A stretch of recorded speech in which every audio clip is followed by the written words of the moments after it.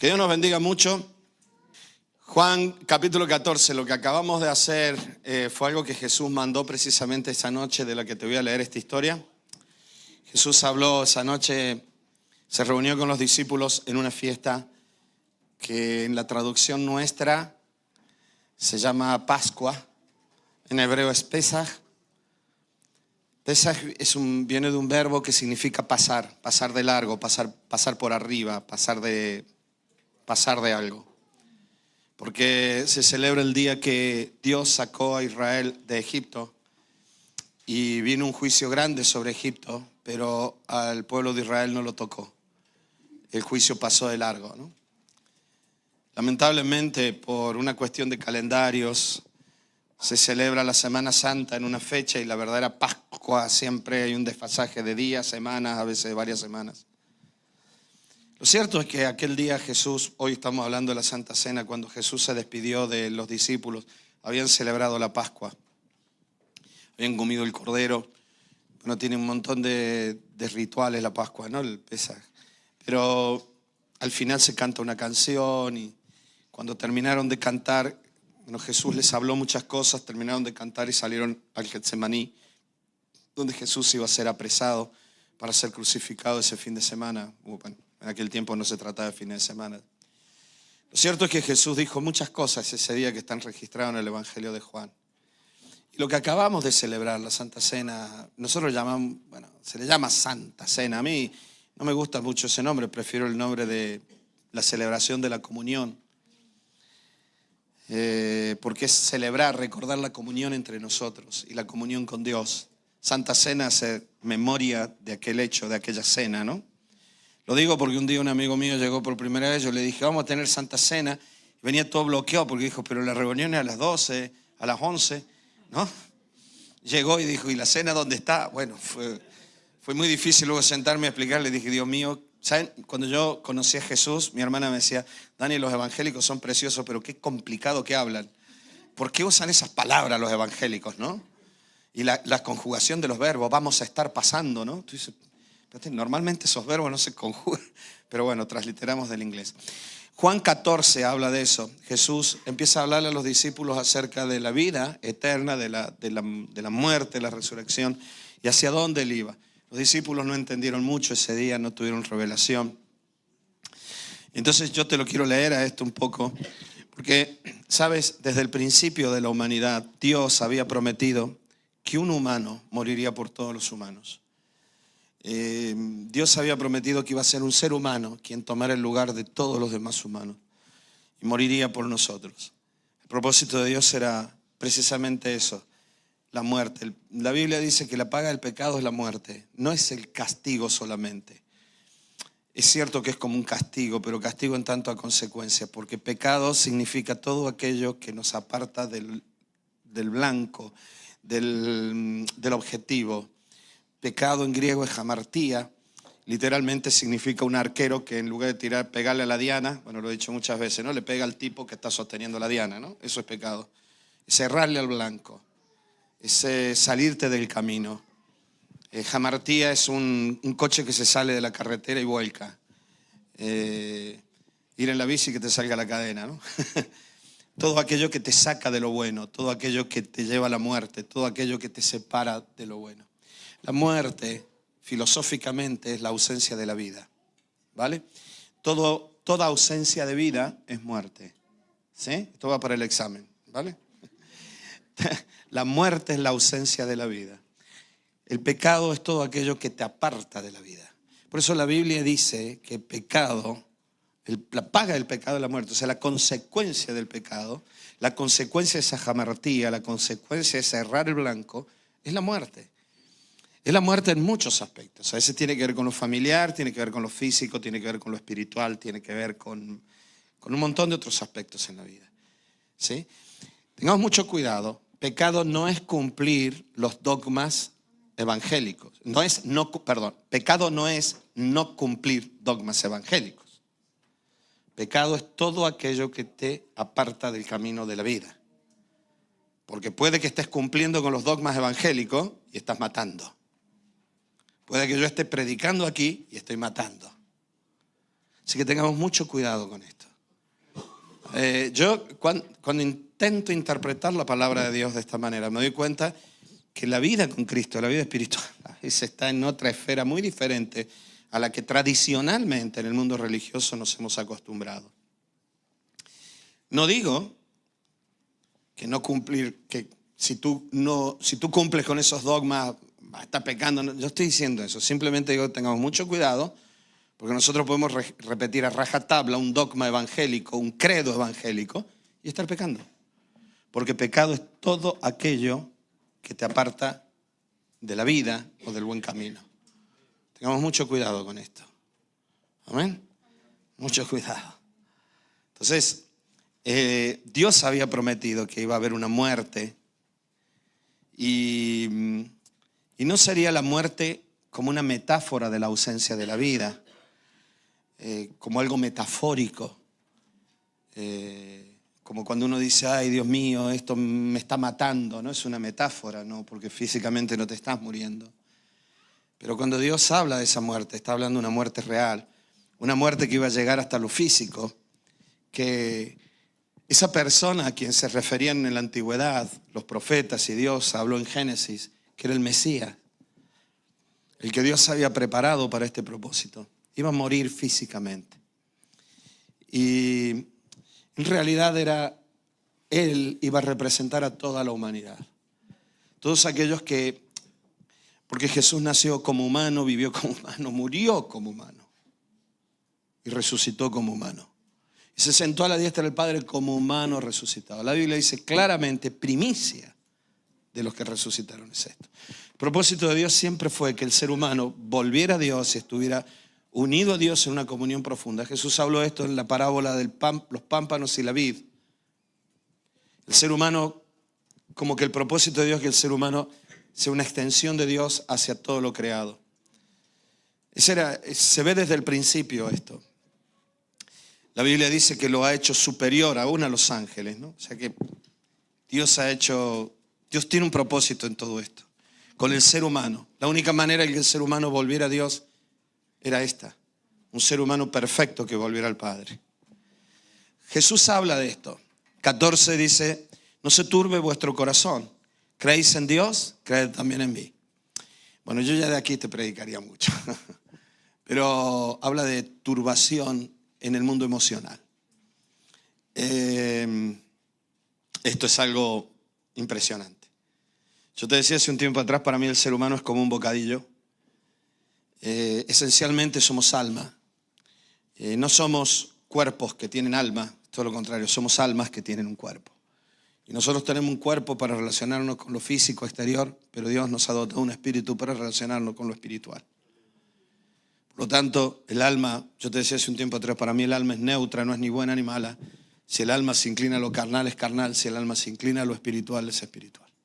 El alma, emociones, intelecto y por supuesto la voluntad. El alma para mí es como una rueda que tiene que estar equilibrada, donde está dividida en 3 partes, con el mismo peso. Una parte es el intelecto, otra parte es las emociones y otra parte es la voluntad. Cuando una de esas partes se desequilibra sobre la otra, la rueda se mueve.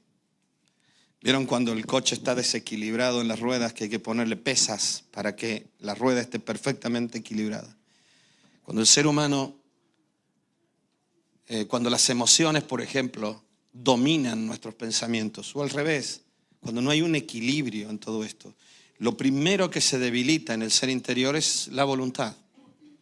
Por eso es muy difícil a una persona que está padeciendo una depresión decirle que no se deprima, porque evidentemente sus emociones ya han ganado el terreno, ¿sí? Más esas personas aún llegan a tener ataques de pánico. Entonces, es muy difícil que una persona así, hay que volver al equilibrio, a la conducta equilibrada en el alma. Este texto dice, no se turbe vuestra alma. Tengan mucho cuidado, dijo Jesús, porque cuando no me vean, vuestro ser interior se va a perturbar, se va a desequilibrar. Cuando yo no esté con vosotros, vuestros pensamientos comenzarán a correr, vuestras emociones irán por otro lado Y Jesús dice bien claro, no se turbe vuestro corazón. El rey David decía, ¿por qué te abates y te turbas, alma mía, dentro de mí? Esto habla de un desequilibrio entre las emociones y el pensamiento. Que hay una lucha que Jesús está diciendo. Lamentablemente muchos cristianos dicen, amén, aleluya. Y luego llevan una vida totalmente desequilibrada en su ser interior. Por eso no tienen fuerza. Yo el domingo pasado te decía, Jesús dijo, el espíritu está dispuesto, pero la carne es débil. ¿Ah? Jesús dice, en el último momento, Jesús le dice a los discípulos, velad y orad conmigo, porque estoy angustiado hasta la muerte. O sea que Jesús tenía una tristeza tan grande, pero aún en la tristeza no había un desequilibrio en Jesús. ¿Cuál fue la clave? Jesús se había ido a orar y a tener comunión con el Padre. Cuando la vida espiritual, por eso yo te decía, toma dominio del ser interior, todo cambia. Por eso yo te decía hace poco tiempo atrás, después de trabajar con gente tantos años, bueno, de hecho, Lili y yo hoy cumplimos 35 años de casados. Bueno, y hace... ¿A quién de los dos aplauden? O a los dos por habernos aguantado mutuamente. Bueno, te aplaudimos por el aguante, Liliana. Bueno, y hace unos días atrás cumplimos 33 años de estar aquí en España, ¿no? Y por esas cosas que Dios prepara en la vida, Dios, a mí me pusieron de pastor con 24 años, qué locura, ¿no? Yo no sé cómo aquella gente se atrevía a hablar conmigo, pero he trabajado tanto con gente, he estudiado tanto la conducta, la mente, he hecho tantas cosas de antropología y yo qué sé cuántas cosas. Estoy convencido de algo. El ser humano está incompleto. El ser humano nace incompleto. Estábamos muertos en nuestros delitos y pecados. Aunque tuvieras vida emocional, vida intelectual, vida física, te faltaba una vida. Y esa vida es la vida del Espíritu. Estoy convencido de esto. El ser humano es una mesa que en el alma solo tiene 3 patas y le falta una. Esa es la pata del Espíritu. Por eso cuando la vida del Espíritu, que es la vida de Cristo en definitiva, el que tiene al Hijo tiene la vida, dice la Biblia. Entonces la vida del Espíritu está dentro de tu ser. A través del Espíritu Santo, Jesús dijo, de vuestro interior fluirán ríos de vida. Entonces te das cuenta que hay una fortaleza maravillosa en tu ser. Esto es un milagro, pero al mismo tiempo no es nada imposible de entender. Te lo estoy explicando, ¿no? Pero sí es un milagro, porque es el milagro de la vida espiritual. Jesús dijo, no se turbe vuestro corazón, creéis en Dios, creed también en mí. En la casa de mi Padre muchas moradas hay. Si así no fuera, yo lo hubiera dicho.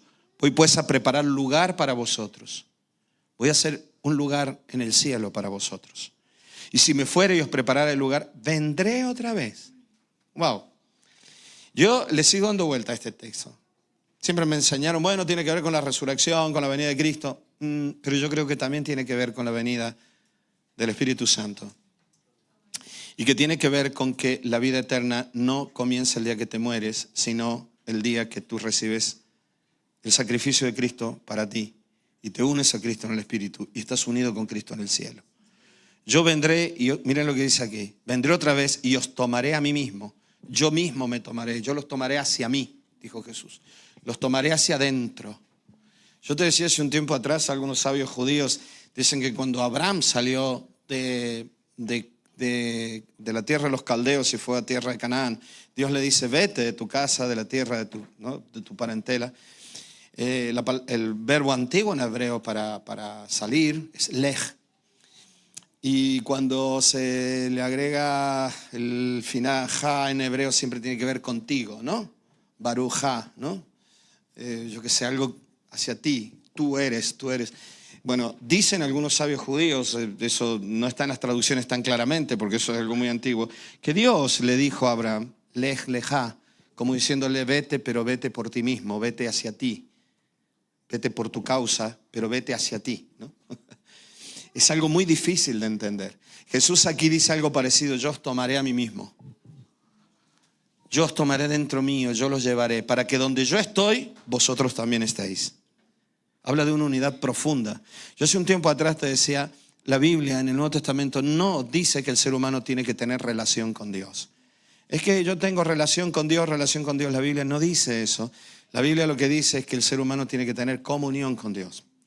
La relación puede ser algo simplemente físico, mental, intelectual. Ustedes tienen relación conmigo, pero otra cosa es tener comunión. La comunión significa compartir, participar de la vida, de una sola vida. Los dos participamos de esa vida. Son las flores que están en el florero. Es una sola agua. Y por estar en la misma agua tienen comunión, porque participan de una sola y de la misma vida. El apóstol Pablo decía, existe un solo y mismo espíritu para todos, aunque hay diversidad de dones. Entonces Jesús dice, tomaré a mí mismo y donde yo estoy, vosotros también estáis. Y sabéis dónde voy y sabéis el camino.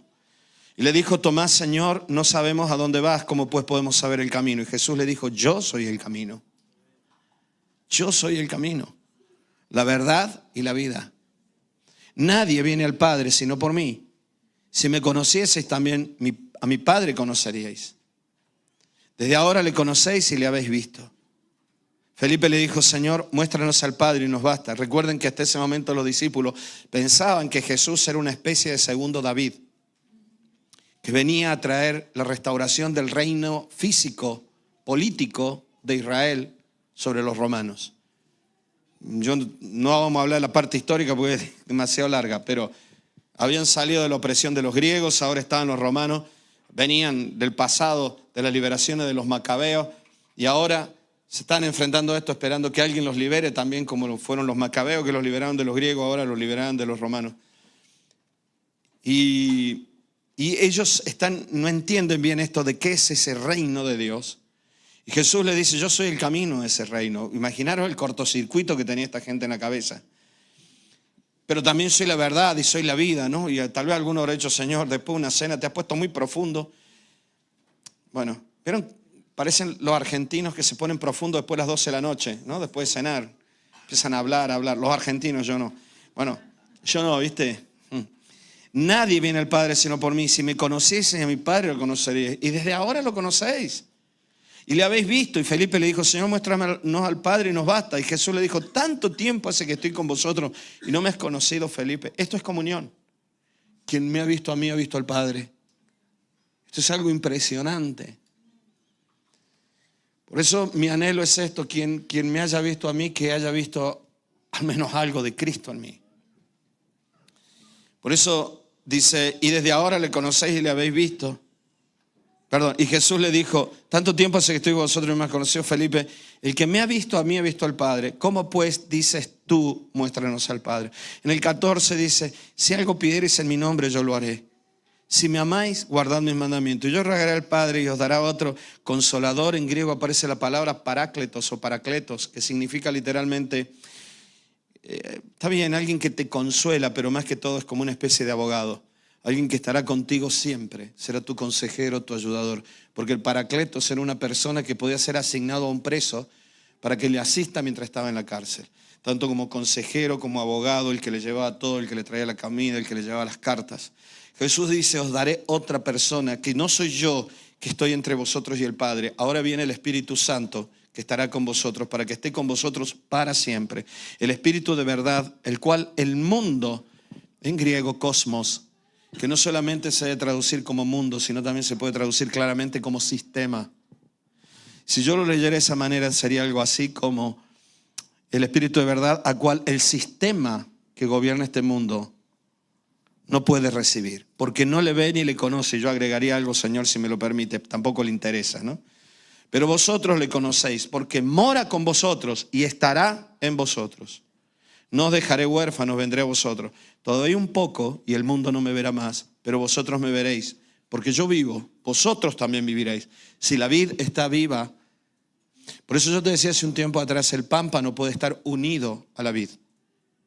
Y eso significa de que lo cortes y lo pegues con fixo a la vid. Ahí está unido. Pero tener comunión significa que es parte de la vid y que la savia está fluyendo. Yo muchas veces les dije, yo me crié entre viñedos porque mi padre tenía viñedos.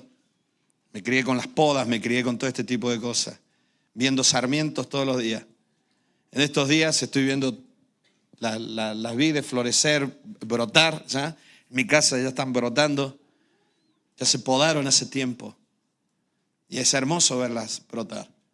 Y ver cómo ahora en la primavera todos estos árboles empiezan a brotar, ¿no? ¿Por qué? No porque están unidos, están en comunión con el árbol, con la raíz. Por eso el texto dice, porque yo vivo, vosotros también viviréis. En aquel día vosotros conoceréis que yo estoy en mi Padre. Escuchen esto. Y vosotros en mí y yo en vosotros. Esto no está hablando solo de una unidad física. Esto está hablando de una unidad mucho más profunda. Llega un momento en el cual no podemos distinguir dónde va uno y dónde va el otro. ¿Sí? Lo entienden a esto, ¿verdad? Argentina y Uruguay comparten un río grandísimo. Es argentino, pero se lo prestamos a los uruguayos. Se llama el Río de la Plata. Es un río gigantesco. Tú no ves del otro lado de la orilla. O sea, tú no ves la otra orilla, de lo ancho que es. ¿Vale? Entonces, cuando vas llegando a Buenos Aires, ahí está la desembocadura entre Uruguay y Argentina de este gran río que es el Río de la Plata. O sea, el río Paraná y después viene el Río de la Plata. Y es un río tan ancho, te decía, y ves el agua del río y se nota el agua del río porque es marroncilla, es marrón, y el agua del océano porque es azul. Y se ve claramente cómo se van mezclando las aguas. Llega un momento donde se difumina de tal manera que están totalmente mezcladas. Jesús dijo, yo en vosotros y vosotros en mí. No sabrán, dijo Jesús, dónde empieza uno y dónde empieza el otro. Yo no sé si esa es tu vida. ¿Me están siguiendo? Yo no sé si es mi vida. Que tú puedas decir es que yo no sé cuándo habla Dani y cuándo habla Dios. Sería maravilloso esto, ¿no? Bueno, esto es lo que dijo Jesús. Yo en vosotros y vosotros en mí. Yo no sé cuándo pienso yo y cuándo es el Espíritu de Dios. Así que tengo que pedirle a Dios que me hable claramente si Él me lo ha dicho. Porque estoy muy fusionado con Él. Entonces, y el versículo 27 decía, la paz os dejo, mi paz os doy. Yo no la doy como el sistema de este mundo la da. No se turbe vuestro corazón. Otra vez la misma palabra. No se turbe el alma, ni tengan miedo. Qué maravilloso, ¿no? El Salmo 43, el rey David escribía, envía tu luz y tu verdad, estas me guiarán, me conducirán a tu santo monte y a tus moradas. Entraré al altar de mi Dios, decía el rey David, al Dios de mi alegría y de mi gozo, y le alabaré con arpa, oh Dios mío. Y luego que terminaba diciendo David, ¿por qué te abates y te turbas, alma mía, dentro de mí? Espera en Dios, porque aún he de alabarle. Yo no sé lo que vivió realmente el rey David en ese tabernáculo donde él iba a adorar, pero como mínimo esto es una profecía maravillosa de la vida que nosotros podíamos tener en el Espíritu. Por eso, es de la paz que se está hablando aquí, de la paz que dice Jesús. Jesús está hablando de una vida nueva a través del Espíritu y de una vida nacida de su sacrificio y su muerte en la cruz. Y Jesús dijo, yo volveré al Padre como humano, y cuando yo esté unido de esta manera en esa comunión profunda con el Padre, toda la humanidad estará unida conmigo. Hace un tiempo atrás te decía, nosotros somos como pintura de pared que se quiere poner sobre azulejos. Entonces es imposible que se pegue. Es imposible que un ser humano esté en comunión con Dios. Es imposible que aún el más mínimo de mis pecados esté en comunión con una santidad tan maravillosa como la de Dios. Es imposible. O hay luz o hay tinieblas. Sin embargo, aún en tu pecado, en mi pecado, puedes tener comunión con Dios. ¿Cuál es la diferencia? Te decía, bueno, hablando del término de pintura, sabes que hay una pintura que se llama todoterreno o imprimación puente, que se pone sobre el azulejo, se queda pegado y cuando tú pasas la pintura, ahora la pintura sí se pega. Bueno, esa imprimación puente, esa todoterreno, ese es Cristo, que Él está unido en una comunión profunda con el Padre, y en tu decisión de unirte a Cristo por la fe y al tener el Espíritu de Dios en ti, tú estás unido a Cristo. Entonces estás pegado al trono del Padre también. Esto es algo maravilloso. La Biblia dice que nosotros estamos sentados con Cristo en los lugares celestiales. Esto no es broma. Ahora bien, yo estoy aquí, pero la otra parte de mi ser, la otra punta del chorizo, ¿no? La otra punta es mi espíritu, ya está en el cielo. La vida está en su raíz, está en el cielo. Mi alma está unida a Él. Por eso, ¿sabes? Jesús dice, cuando vivan esta vida, cuando a los discípulos, vida que tú puedes vivir hoy, Jesús le dice, cuando vivan esta vida, y les dice algo maravilloso. Les habla de una paz que no da este mundo. Miren, yo les voy a hablar algo bien claro, hermanos. siempre que preparo una predicación, tengo unas batallas y una lucha precisamente con aquello que predico, ¿no? Y de verdad que en estos días he luchado mucho con esta paz interior, pidiéndole a Dios poder experimentar esa paz profunda del alma. Yo puedo, y lo he hecho, y ustedes lo pueden hacer si quieren, buscar una paz parecida en base solo a una meditación, a una relajación, pero te vas a dar cuenta que hay algo mucho más profundo, que es lo que habla la Biblia. Ahora bien, la paz de la que está hablando aquí Jesús dice, mi paz os dejo, mi paz os doy. Y Él dice, no se turbe vuestro corazón, que vuestro mundo emocional y vuestra cabeza estén tranquilas. David decía en un salmo, guarda silencio ante Jehová. ¿Me siguen, verdad? Guarda silencio ante Jehová. O sea, calla tu mente. Por eso yo le decía hace un tiempo atrás, todo el mundo ora, Padre, dame esto, dame esto, dame esto, dame esto, pero nadie se mete en la meditación profunda con Dios y mucho menos en la contemplación de Dios. Porque la mente está cargada de ruido. Yo el otro día te decía que uno de los grandes males de la sociedad actual, te mencioné 3 grandes males, la soledad, ¿cuál fue la otra que dije? Ay, Señor, se me fue. Bueno, pero el temor, el miedo, ¿no? Y exactamente a eso iba. El temor, la soledad, era el temor el que se me había ido. Pero sobre todo, tengamos mucho cuidado con la hiperestimulación de nuestros cerebros. Estamos muy acostumbrados a todo tipo de pantallas. ¿Me están siguiendo, verdad? ¿Sí? Amén. Yo tomé una decisión en el último tiempo. Intentar volver a leer en papel. Por lo menos que no tenga demasiada luz. ¿Entienden lo que estoy diciendo? Porque si no mi cerebro está muy estimulado. Necesito ruidos, necesito imágenes, necesito movimiento. Tenemos el cerebro tan hiperestimulado que nos cuesta concentrarnos. Te cuesta callar tu mente. No te hablo ni siquiera de 2 minutos, segundos. Segundos. David decía, guarda silencio ante Jehová. A ver cuánto guardamos silencio. La Biblia dice que en el cielo habrá media hora de silencio. Fíjense que no nos pide más, Dice, en el cielo hubo media hora de silencio, dice la Biblia. Pero nuestra mente no puede parar del ruido. Enseguida estamos pensando, ¿me habrá escrito? ¿Me habrá contestado? El WhatsApp, ¿no? ¿Cuántos miraron? ¿No? Bueno, entonces, cuando dejamos de luchar con los pensamientos y las emociones perturbadoras o negativas, encontramos esa paz interior. Te lo vuelvo a decir. Cuando dejas de luchar. No solamente cuando dejas de tenerlo, dejas de luchar con pensamientos que te perturban, con emociones que te perturban. Jesús dijo, no se turbe vuestro corazón. No se turbe vuestro corazón. Nosotros en nuestra mente estamos constantemente buscando soluciones a los problemas. Algunos de esos problemas no existirán nunca. Yo hace un tiempo atrás te decía, no todo conflicto es un problema. Nosotros tenemos conflictos, pero no problemas. Problema es toda situación que demanda una resolución. ¿No? Entonces, si tú estás enfermo y vas al médico y el médico te atiende, no es tu problema, es tu enfermedad. El problema es del médico. El que lo va a resolver es el médico, no tú. Nosotros oramos por un conflicto, se lo ponemos en las manos de Dios y seguimos diciendo, tengo un problema. No, el problema es de Dios. Dios le dijo a Abraham, bendeciré a tu descendencia, y luego le dice Dios, ve y sacrifícalo. Es tu problema, Dios, no es mío. Tú prometiste bendición. Yo no voy a resolver este caso. Este problema es tuyo. El asunto está que nosotros nos complicamos la vida porque intentamos resolver muchísimas cosas que antes en oración ya las pusimos en las manos de Dios, pero seguimos intentando resolverlas, ¿no? Mi hermana dice siempre, Dani, no aclares que enturbias, ¿no? Por eso, cuando dejamos de luchar con esos pensamientos, bueno, si se dan cuenta, vamos apuntando a algo bien claro. Escúchenme bien, hermano. A la fe. A la fe. A la confianza plena en el Dios que todo lo puede. Las emociones perturbadoras negativas. Entonces, aparece esa armonía. Shalom en hebreo. Paz.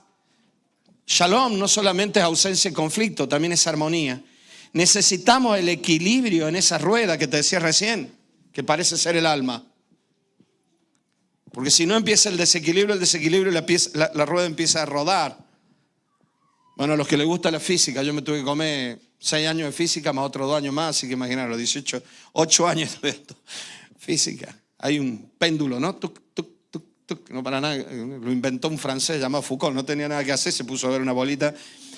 Tuc, tuc, tuc. Así es el alma de mucha gente, no para nunca. Tuc, tuc, tuc, tuc, tuc, tuc, tuc, tuc. Entonces vas al Parque de la Ciencia y ves el péndulo de Foucault, ¿no? Pac, pac, pac, pac. Y se va transmitiendo el golpe, ¿no? Tac, tac, tac, tac, tac, tac, tac, tac, tac. Va dentro de 5 años y sigue allí dando vuelta a eso. Y nosotros se nos perturba el ser interior. Los pensamientos arrastran emociones, las emociones liberan un montón de sentimientos, estos sentimientos despiertan otras emociones, esas emociones arrastran otros pensamientos y entramos en un bucle tremendo. Y Jesús viene y dice, no se turbe vuestro corazón, no tengan miedo, créanme. ¿Qué está diciendo Jesús? Confíen en mí. Porque si no, vuestro ser interior está complicado. Chicos, adolescentes, escúchenme bien. Uy, algunos hicieron así, ¿no? No la estoy regañando. Chicos, miren, le digo algo muy rápido.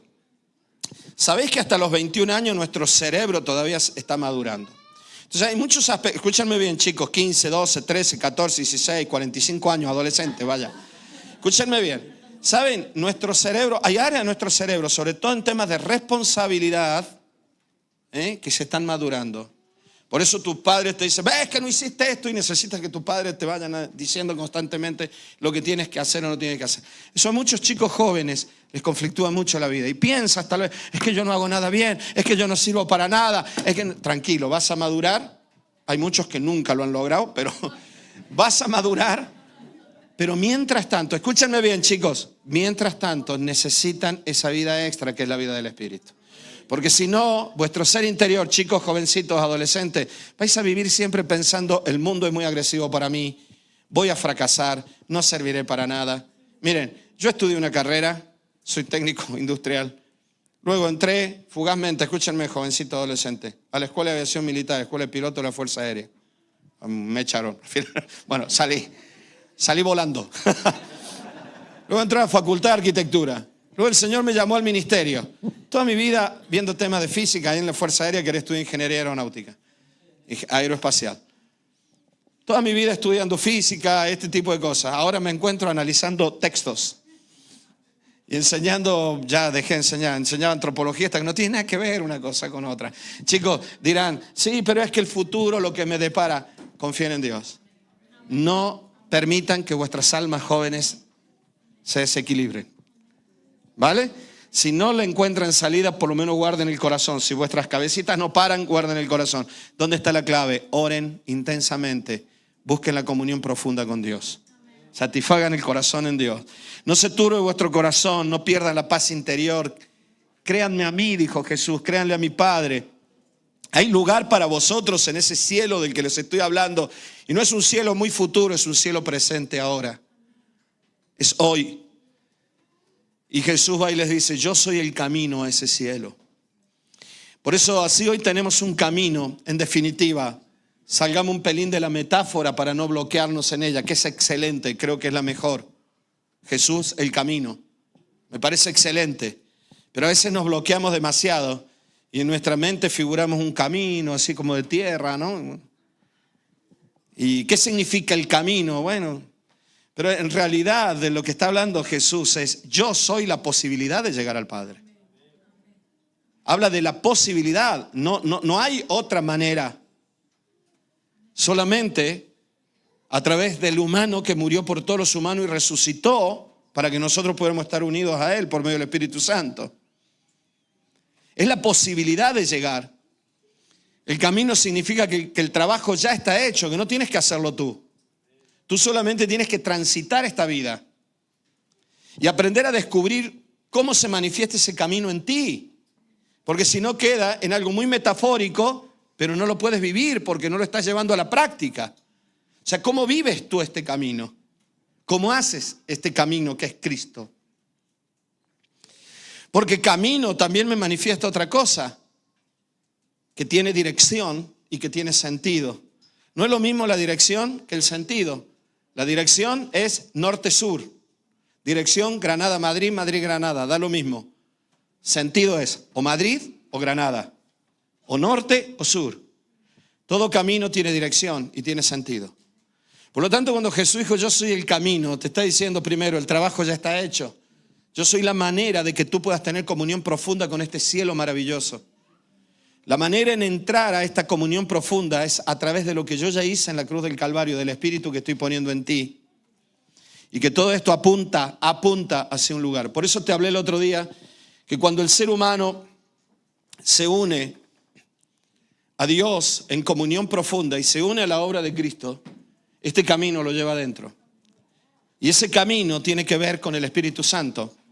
Por lo tanto, la dirección hacia donde me guía este camino no es a un cielo demasiado lejos, estratosférico, sino que es algo que está en lo más profundo de mi ser, o por lo menos se llega a través de lo más profundo de mi ser, que es a través de la comunión de mi espíritu con el Espíritu de Dios.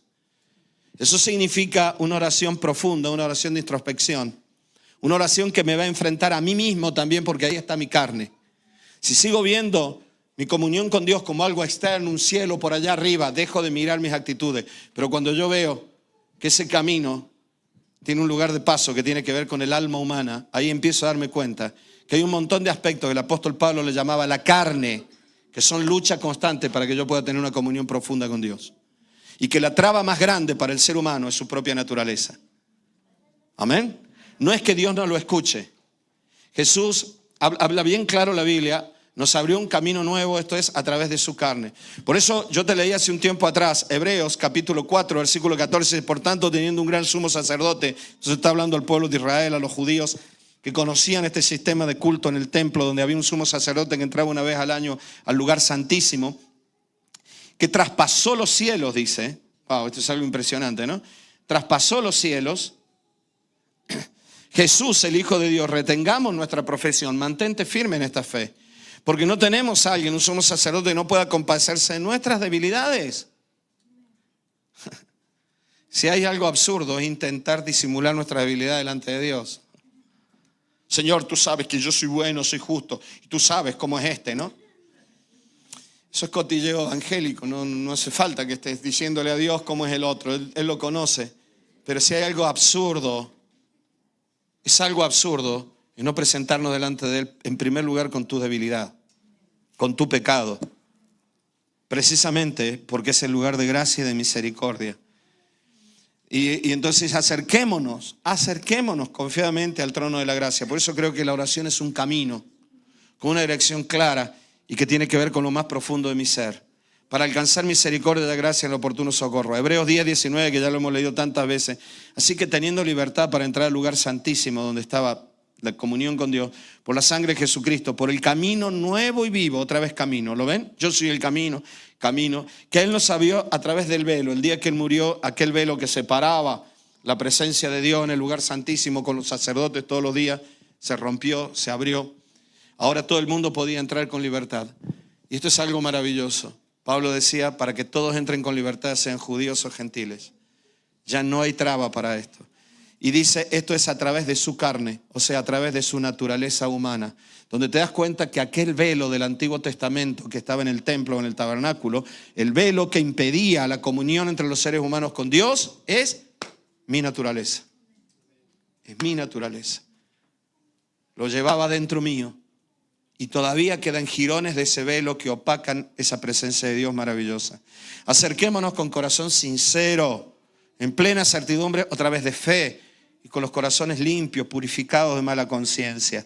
Yo te decía hace un tiempo atrás, la conciencia limpia no es no haber hecho nada malo, sino no tener nada que esconder. ¿Sí? Esto es muy importante. Sí, yo cometí muchos errores, pero tú lo sabes. Mi conciencia está en paz. Por eso mantengamos firme y sin fluctuar otra vez la fe, la profesión de nuestra esperanza, porque fiel es el que prometió. Por eso te hablé de la oración. ¿Me ayudas con el pad suavemente, por favor? Jesús es el camino. Él dijo, yo soy el camino. Este texto habla del camino. El camino, te dije recién, es Jesús. Pero la Biblia dice que el Señor es el Espíritu. Y donde está el Espíritu del Señor, ahí hay libertad. Por lo tanto, el Espíritu Santo es el que trae en la práctica ese camino a mi ser interior. ¿Y cómo lo puedo practicar a este camino? ¿Cómo practico este camino? Bueno, el camino está en obras. No, me parece que estuviera en obras, ¿no? Bueno, ¿cómo practico yo este camino? A través de la oración. Por eso ese camino hacia ese lugar santísimo que decía Hebreo, a esa comunión profunda con Dios. Jesús ya lo hizo posible, Jesús lo abrió. Y en la comunión con Él, así hacemos este camino, en esa comunión profunda. Es en la conciencia plena de que cuando yo hago este camino, no el camino de Santiago, es el camino de la oración. Es el de ya oré, ya clamé, ya pedí por todo lo externo, ahora me voy a meter hacia adentro. Ahora quiero meditar en su palabra, meditar en Él como persona. No es ponerme a pensar cosas. Meditar significa abstraerme de todo lo demás para pensar solo en un punto. Quiero pensar solo en Él, pensar en lo que Él me ha prometido, pensar en todo lo que Él me ha dicho. Pablo decía, todo lo bueno, todo lo digno de buen nombre, si hay virtud alguna en esto, pensad. Y lo habéis visto y lo habéis aprendido de mí, decía Pablo. Así que esto haced y la paz de Dios guardará vuestros corazones. ¿Me estáis siguiendo, verdad? Entonces, y luego se produce algo maravilloso, que el rey David decía, te contemplaré, te contemplé, te vi. Y Pablo decía, revelación. Por eso te decía recién, esa vida del Espíritu, desde el trono de Dios, en ese lugar espiritual maravilloso que es el reino de los cielos. Nuestro espíritu está enchufado ahí, conectado ahí a través de Cristo. Su vida fluye hacia nosotros y su vida fluye en nosotros. Entonces en nuestro ser interior se forma el camino. Te vas a dar cuenta cómo tus emociones y tus pensamientos empiezan a alinearse en un sentido claro. Ya no es hacia los problemas externos, sino hacia la comunión con Dios. Te lo repito. Te dije que todo camino tiene dirección y sentido. Hay un momento en el cual tú tomas la decisión de llevar tu alma hacia Dios. Dios creó al ser humano para que vaya al árbol de la vida, no al árbol de la razón, el intelecto, la deducción. Y ojo, el árbol del bien y del mal, o sea, el árbol de la moralidad, pero sin la vida de Dios. Es el árbol de la cabeza, es el árbol del alma y de la religión en el alma. Por eso el rey David decía, mi alma está pegada a ti. Dirijo hacia ti mi alma, decía David. Envía tu luz y tu verdad, estas me guiarán. Cuando tú diriges tu mundo interior, tus emociones, tu pensamiento a esa comunión profunda, entonces en tu ser interior empieza a formarse ese camino, porque no te das cuenta, pero ya estás orando y transitando este camino. Y ese camino está siendo guiado y vivificado por el Espíritu Santo. El Espíritu de Dios le da vida a tu cuerpo y le da un sentido claro. Por eso el apóstol Pablo decía, todos los que son guiados por el Espíritu son los hijos de Dios. Necesitamos ser guiados por el Espíritu Santo para orar, para una oración profunda. No solo el clamor, reprender, que eso está bien y ya hemos hecho en esa primera parte. Ahora, Señor, guíame a orar de esta manera. La Biblia dice, deleítate a sí mismo en el Señor. O sea, deleite significa placer del ánimo. Que tus pensamientos, tus deseos, tu ánimo se encuentren en paz en Él.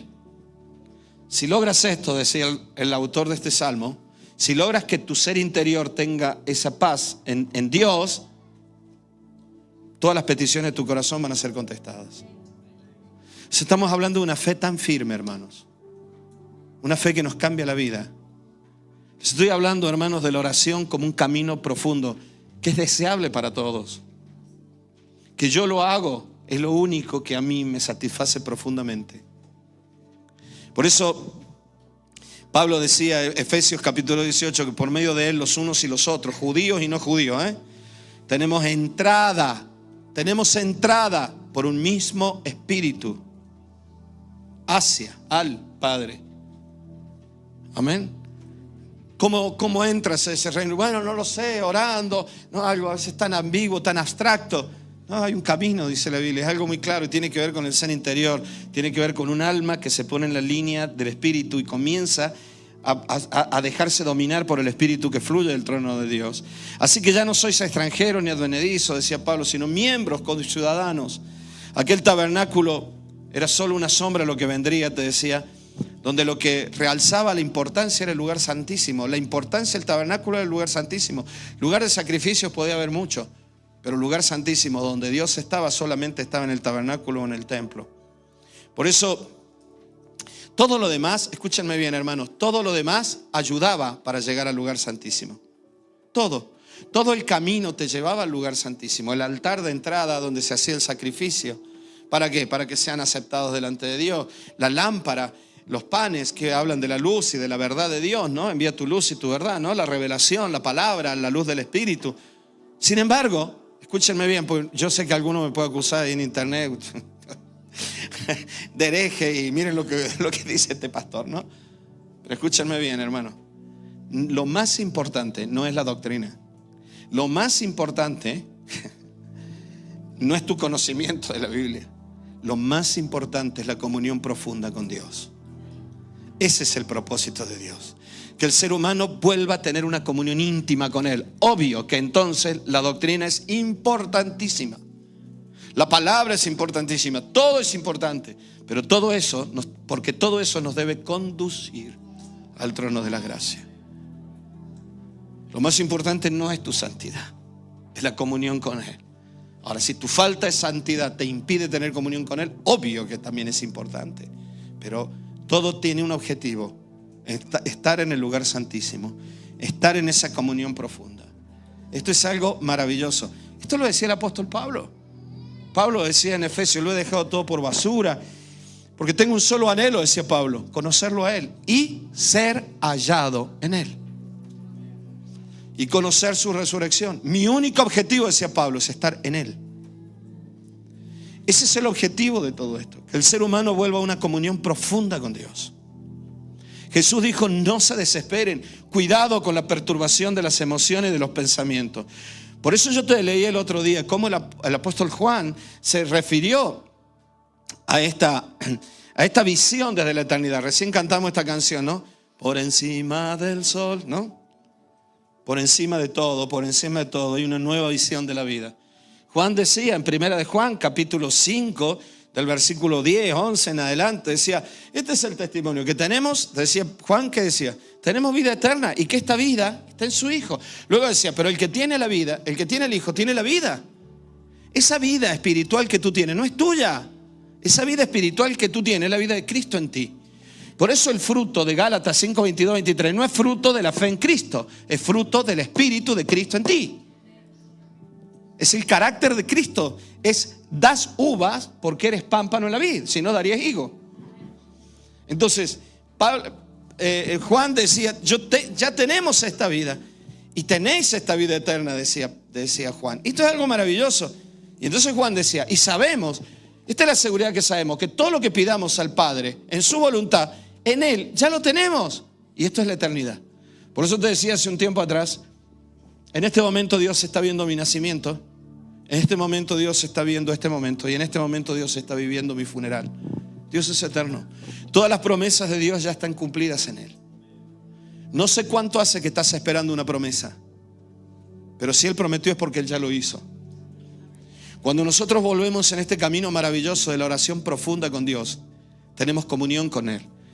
Eso de que yo te hablo de la contemplación es contemplarlo a Él. Y David decía: para ver tu poder y tu gloria y ver tu hermosura. Y dentro de la hermosura de Dios está su amor, algunos atributos de Dios que lo hacen ser muy hermoso. Está su amor, pero además está su eternidad. Es como ir a la casa de una persona anciana que te ha prometido algo y tú llegas todo nervioso. Es tu padre o tu abuelo que te ama muchísimo. Tú dices: pero abuelo, tú me prometiste. Y él te mira y se sonríe, como diciendo: ya está. No te pongas ansiosa, ya te lo compré. Pero esto es de tarde. Otra vez, ya, suéltate. No tengo que hablar nada de eso en internet, pero bueno, ya, estos tardan tanto en que te manden las cosas. Bueno, ya está en Él.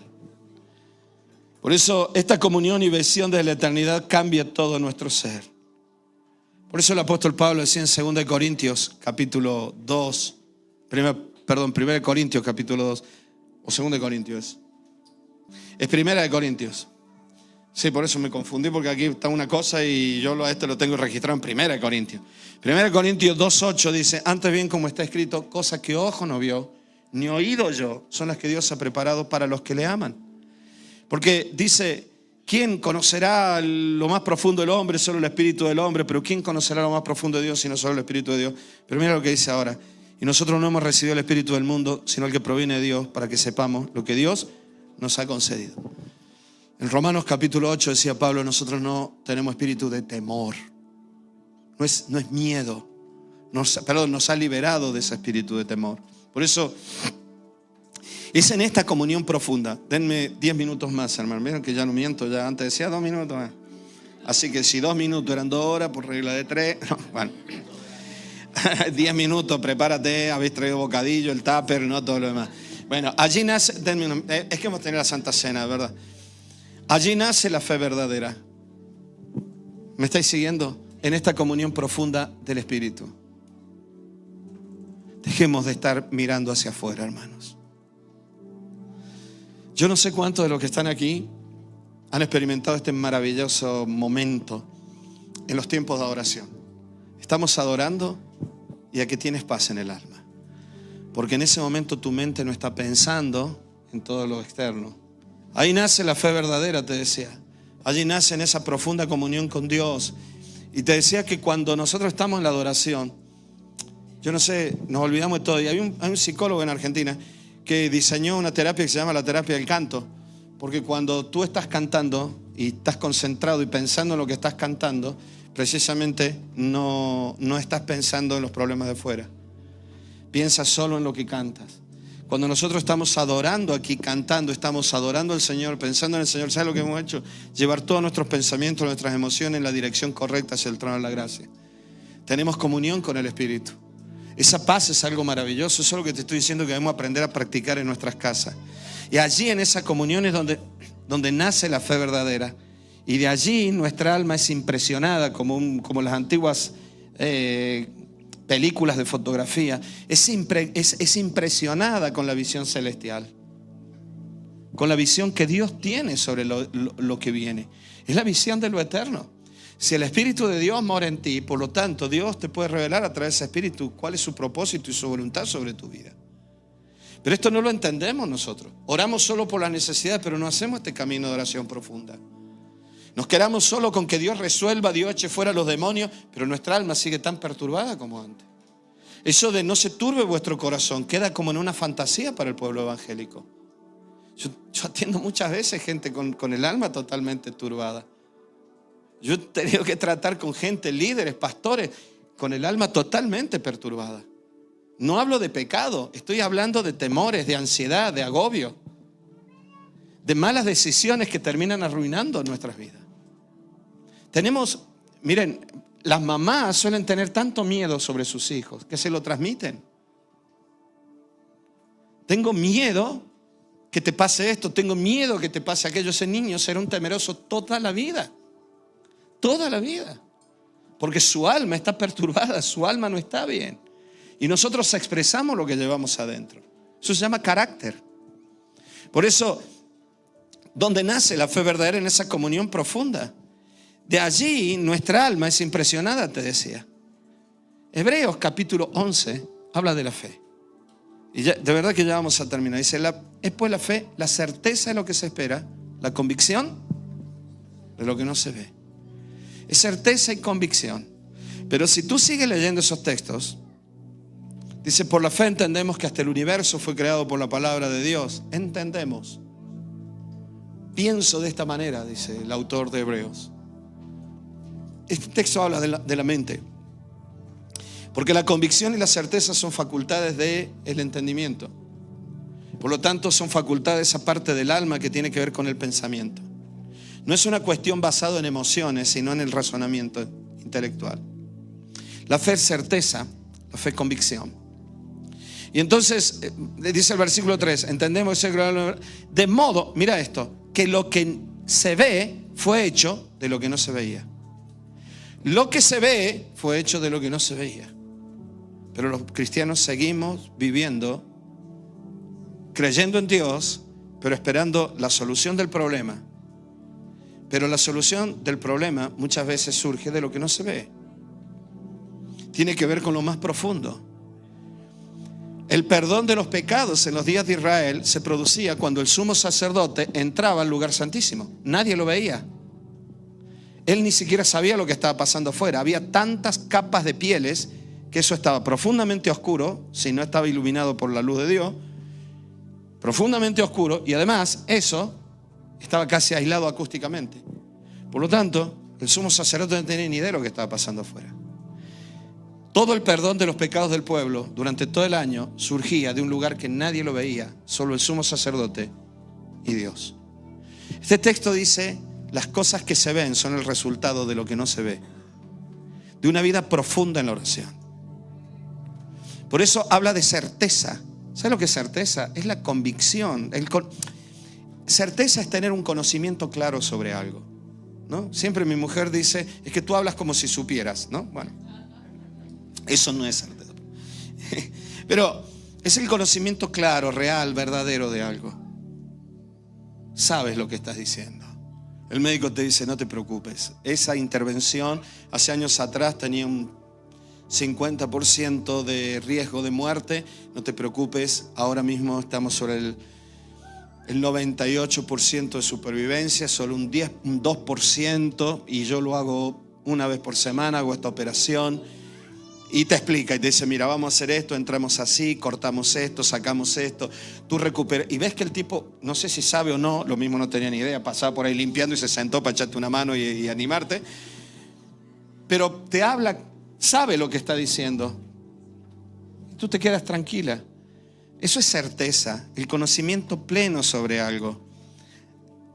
De algo que es real, verdadero. Cuando tú sabes, esto es real, esto es verdadero, yo lo vi, yo lo experimenté, es consecuencia, es en consecuencia, hablar la verdad sobre algo.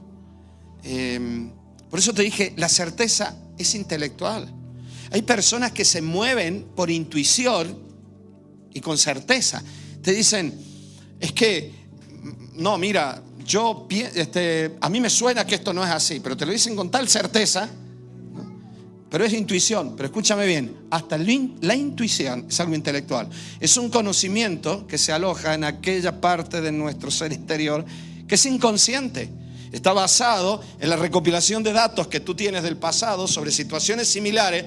Tú no eres consciente, pero en un momento determinado tu cerebro te hace recordar que en situaciones así esto es de esta manera. ¿Entiendes lo que te digo? Por eso una mujer que es muy intuitiva, las mujeres que son más intuitivas son las que siempre te dicen: mira, yo no sé por qué, pero esto no me gusta, ¿no?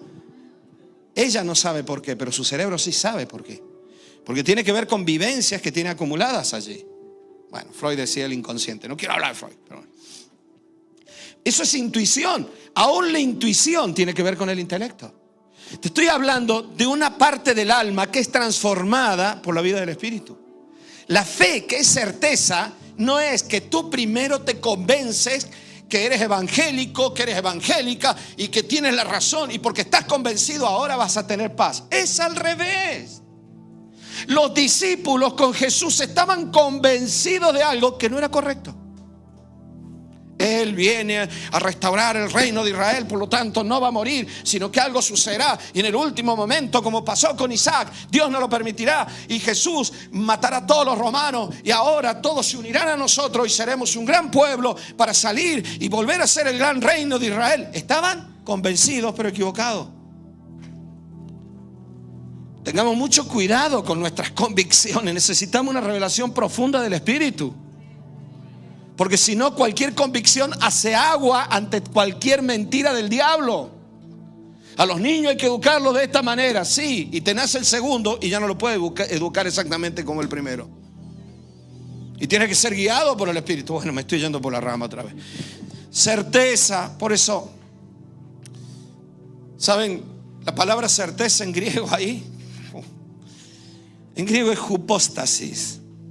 Hypostasis se traduce en griego como sustancia. Pero no es porque tú tengas sustancia algo. Sustancia en tanto a, literalmente, hypostasis significa estar de pie debajo de algo, ¿no? O lo que hay debajo de algo, para que lo entendamos mejor. Por ejemplo, cuando yo estaba mucho en Sierra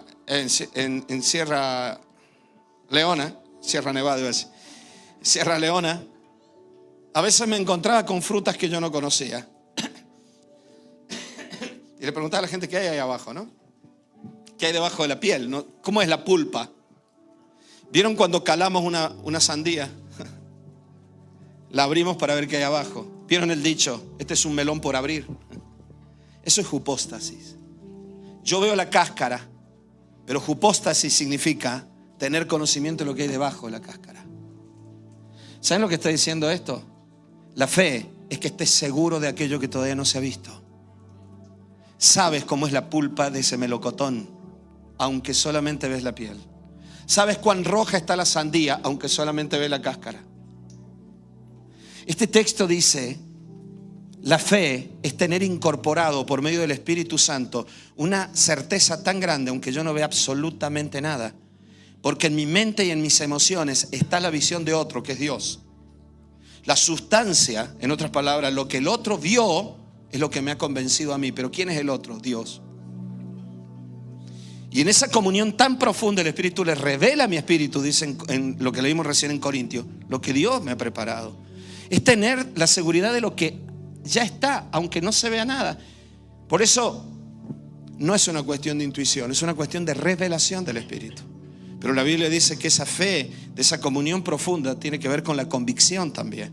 Que tener una seguridad tan grande de que las cosas de las que estás hablando son como tú estás diciendo, sea en la religión, sea en la moralidad. Es la seguridad sobre algo. Es la seguridad, sobre todo basado en la experiencia. Es que tú dices que yo lo vi, es que yo lo experimenté. Pero vino, ¿no? Carolina, ¿no? Que está por ahí. No, pero Carolina vive, no sé, a cuántos años luz de aquí. Ya, pero esta mañana la vi. La vi. Es la seguridad, es la convicción de una experiencia. Es la experiencia de Dios incorporada en mis emociones, la experiencia de Dios incorporada en mi mente. Esto es fe. Me ayudan, chicos, que vamos a orar. Por eso necesitamos que nuestro ser interior se impregne de esta visión celestial. Necesitamos, escúcheme bien, hermano, hacer este camino de oración. No den por sentado que la vida se basa en que yo creo, Dios me guarda y ya está, porque la gran lucha no es contra Satanás.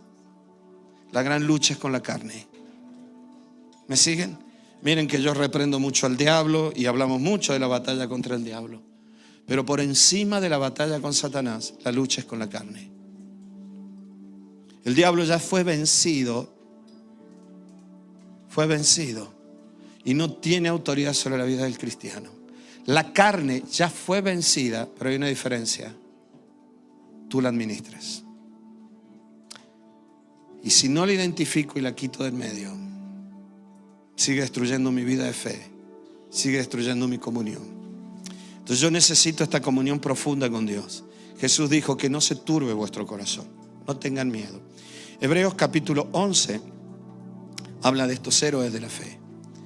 Es impresionante porque todos los que menciona allí son personas que hicieron algo o desarrollaron un carácter muy diferente al resto de la gente. En Hebreos 11 se habla de todos aquellos personajes de fe del Antiguo Testamento. En ninguno de ellos se dice, por la fe logró que Dios le diera esto. Por la fe decretaron tal cosa y se cumplió. Por la fe proclamaron y sucedió. No dice absolutamente nada de eso. Cuando allí se habla de la fe, son personas que hasta murieron y sufrieron. Muchos dicen ni siquiera vieron aquello por lo cual caminaron. ¿Saben? Cuando se habla en Hebreos 11 sobre la fe, se habla de una seguridad, una fortaleza tan grande en el alma humana que aún sin ver aquello que Dios les había prometido, ellos siguieron firmes en lo que Dios les había trazado. ¿Cómo es posible que una persona tenga tal fortaleza en su ser interior? Jesús dijo, no se turben en vuestro corazón, no tengan miedo. Esta gente se mantuvo así. Mira, llega a decir, por la fe echaron, dice, desbarataron ejércitos enemigos, sacaron fuerzas de flaquezas. O sea, ya no daban más en la batalla, dice, y se fortalecieron por la fe. La fe no es la fortaleza. La fortaleza es el Espíritu de Dios en ti. Nuestra fe no obra milagros. El milagro lo hace Dios. Nuestra fe es simplemente una transformación en la manera de concebir la vida y de ubicar nuestra alma hacia Dios. Por eso las personas mencionadas en Hebreos 11 manifestaron una seguridad en lo emocional y en lo racional tan grande que en algunos casos se tradujo en guía. Abel ofreció una ofrenda mejor que la de Caín. ¿Cómo lo supo? Por la fe, dice. fue guiado por Dios. Habla de una dirección profunda en el ser interior. Enoc agradó a Dios. Enoc agradó a Dios. Caminó con él. Noé se tomó en serio las advertencias de Dios cuando todos los demás se reían. Pasaron más de 100 años y Noé siguió creyendo. ¡Qué locura! ¿Cuánto hace que esperas tú una promesa de Dios? Pasaron más de 100 años y Noé siguió. Mantenerse firme tanto tiempo. Tanto tiempo. Aquí sigo. Y espero que el día en que el Señor me llame a su presencia, yo todavía esté con las manos que vuelan a oveja, ¿no? Que con las botas llenas de barro todavía. Que todavía me queden cosas por hacer. Que alguien diga cuando recojan las cosas en mi cuarto, digan, y el abuelo pensaba que todavía tenía mucho por hacer. Dice la Biblia, soportaron tantas cosas. Por eso los que se mueven en esa fe nacida de la comunión profunda y no de lo visible o contemporáneo, harán cosas difíciles de entender para el resto. Abraham obedeció, fue extranjero, dice. Al mismo tiempo vivió en Canaán como si fuera propietario, pero nunca tuvo una propiedad. Nunca. Pero él vivió como si lo tuviera todo, como no teniendo nada más, poseyéndolo todo. Como pobres, pero enriqueciendo mucho. Eso habla de una transformación tan grande en el mundo interior, tan escaso en el mundo cristiano evangélico. Necesitamos volver a este camino de la oración profunda, iglesia.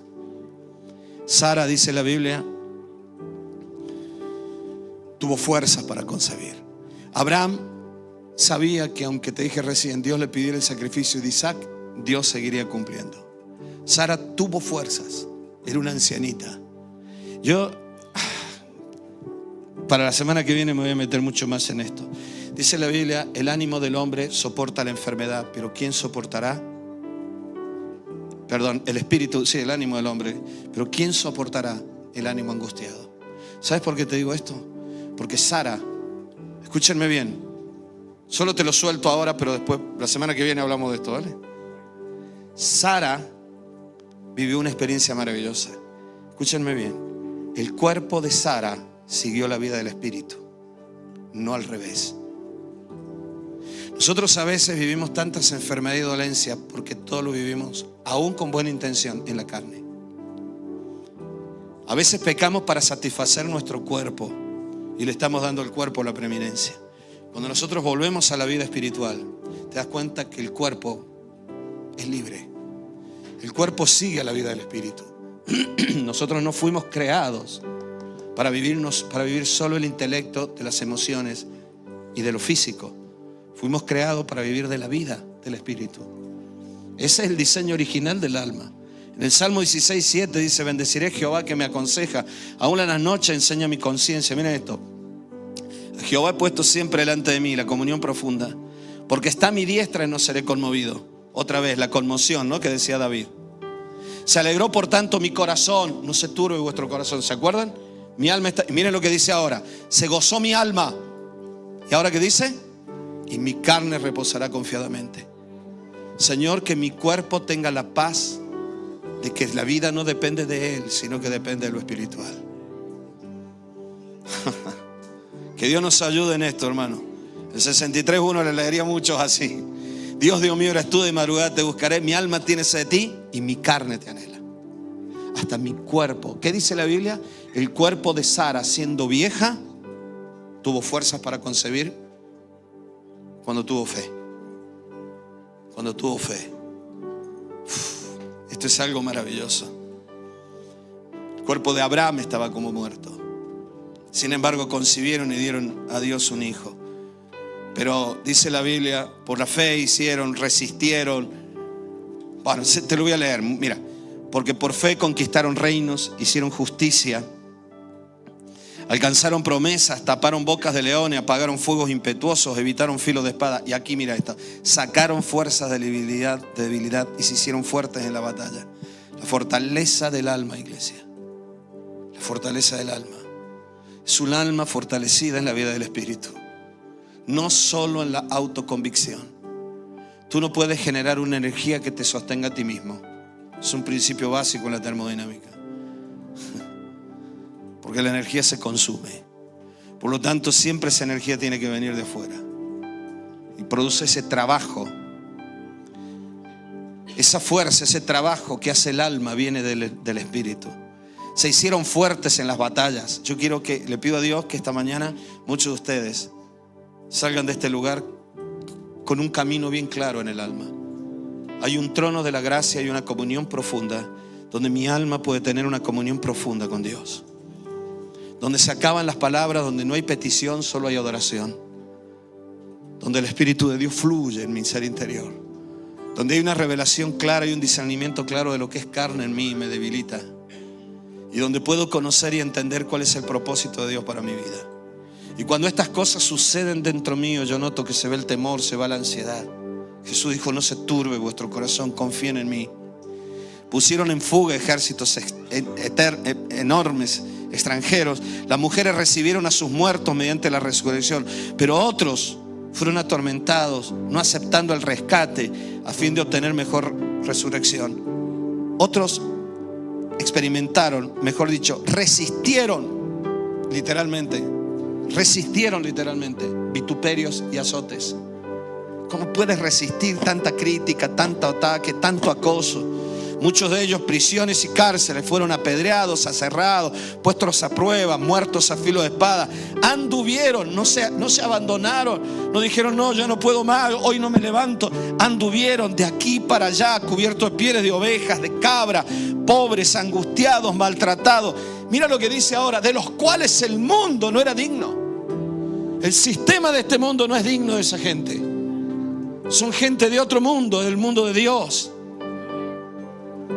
Porque ellos no dependen de las circunstancias externas, sino de la vida del Espíritu, iglesia.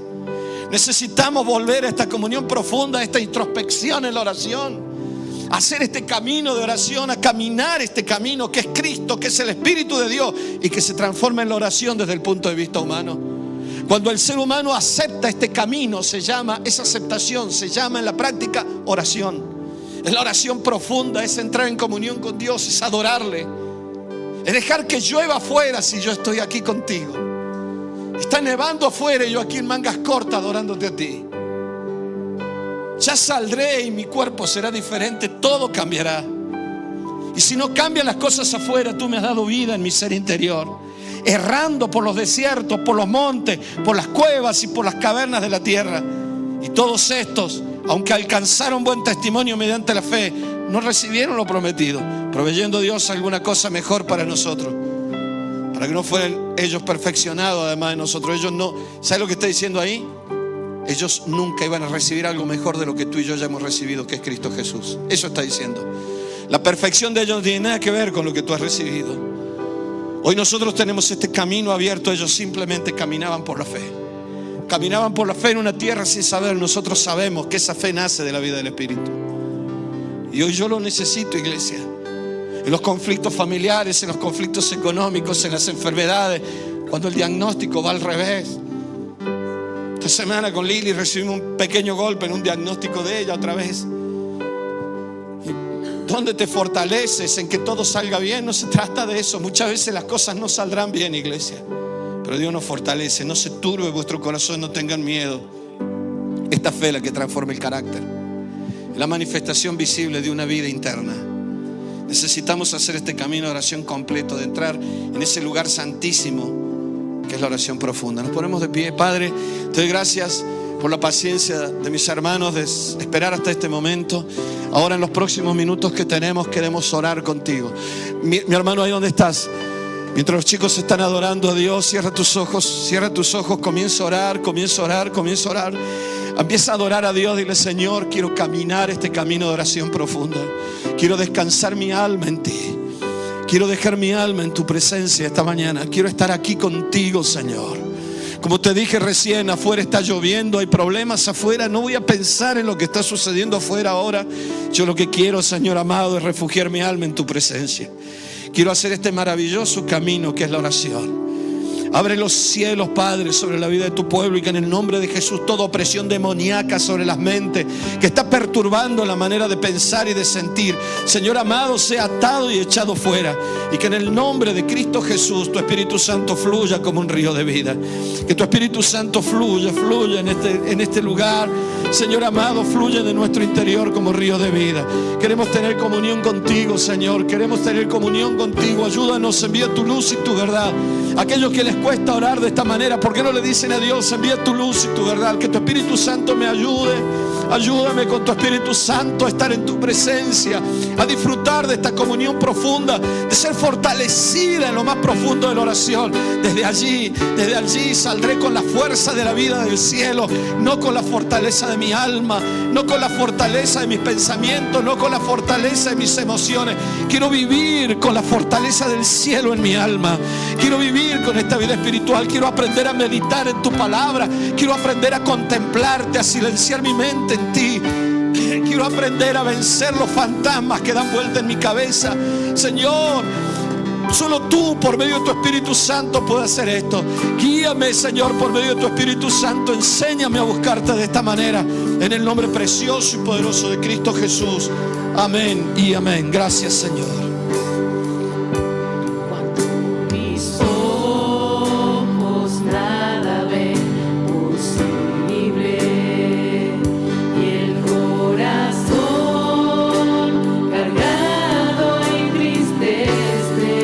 De mi Padre hay muchas moradas. Yo voy a preparar morada, dijo Jesús. Y cuando lo haga, yo volveré y os tomaré a mí mismo, para que donde yo estoy, vosotros también estéis. No se turbe vuestro corazón. Conocéis el camino.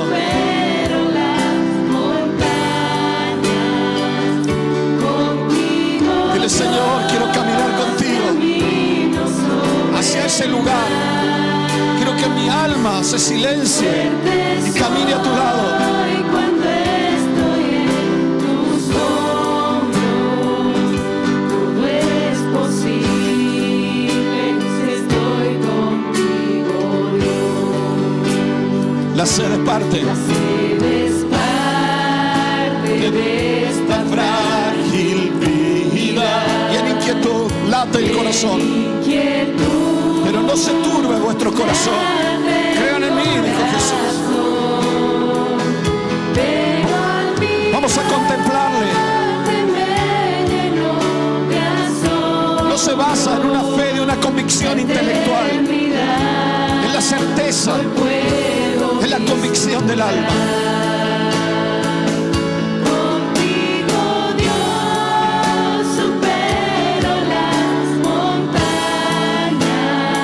En lenguas, ora en lengua, deja fluir el Espíritu Santo en adoración. Ora en lenguas, que en la lengua te edifiquen. Cuando estoy en tus hombros, todo es posible si estoy contigo, Dios. Contigo, Dios, supero las montañas. Contigo, Dios, Camino sobre el mar.